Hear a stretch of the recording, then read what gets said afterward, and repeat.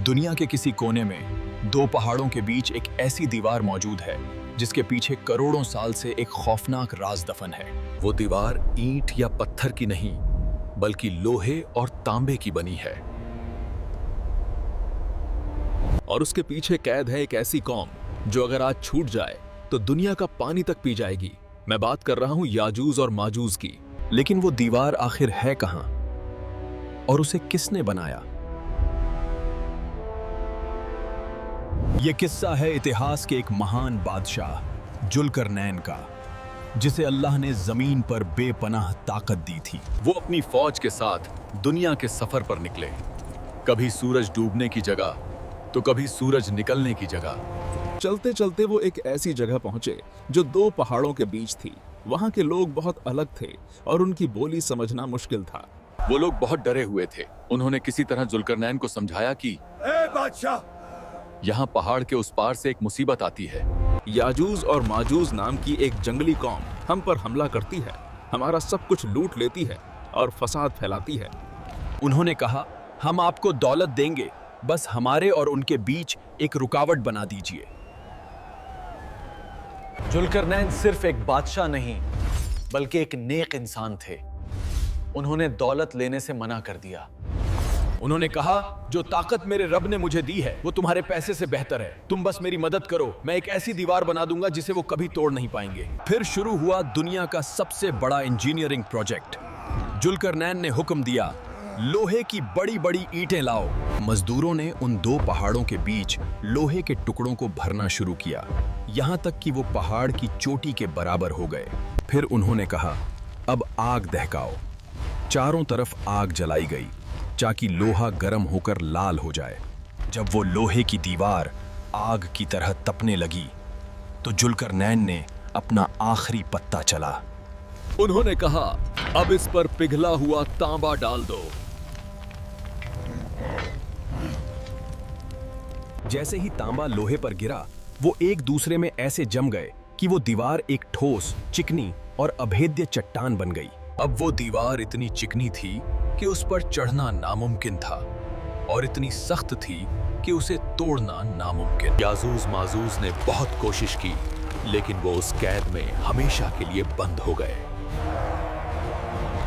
लेकिन दोस्तों, कहानी यहाँ खत्म नहीं होती।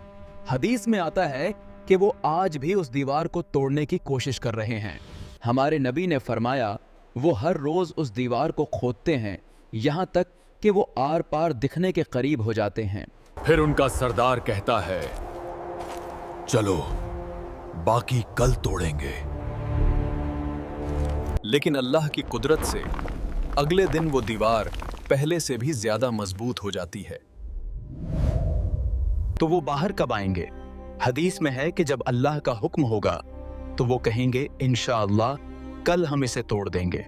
और उस इंशाअल्लाह की बरकत से अगले दिन वो दीवार टूट जाएगी। फिर वो ऐसे पिघलेंगे जैसे किसी बांध का पानी छूट गया हो। हर ऊंचाई से वो नीचे फिसलते हुए आएंगे। वो तबरिया झील पर पहुंचेंगे और उसका सारा पानी पी जाएंगे। जब उनका आखिरी ग्रुप वहां पहुंचेगा तो वो सूखी जमीन देखकर कहेगा, शायद यहां कभी पानी हुआ करता था। वो जमीन पर तबाही मचा देंगे। इंसान डर के मारे अपने किलों और पहाड़ों में छुप जाएंगे। जब जमीन पर कोई नहीं बचेगा तो वो आसमान की तरफ तीर चलाएंगे और कहेंगे, हमने जमीन वालों को मार दिया।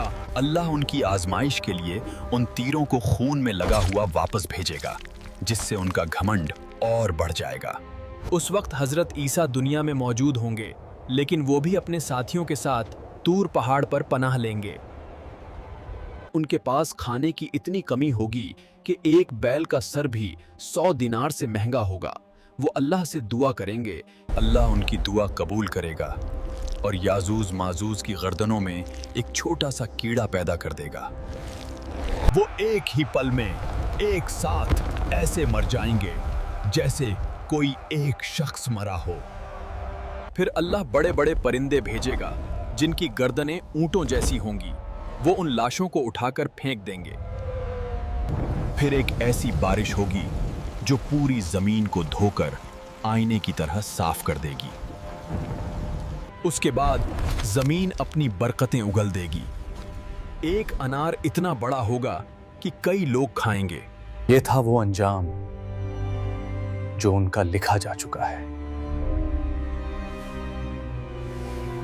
लेकिन सवाल ये है, वो दीवार आज कहां है?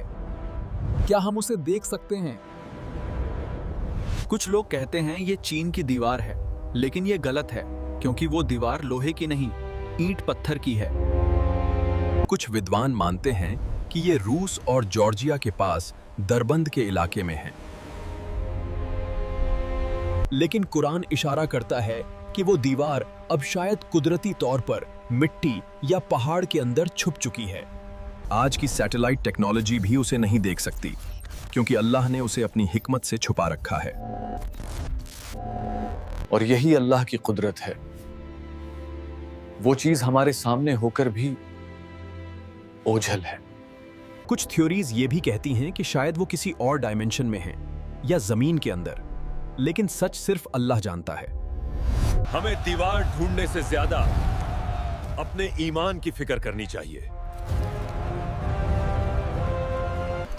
क्योंकि याजूज माजूज का निकलना कयामत की 10 बड़ी निशानियों में से एक है।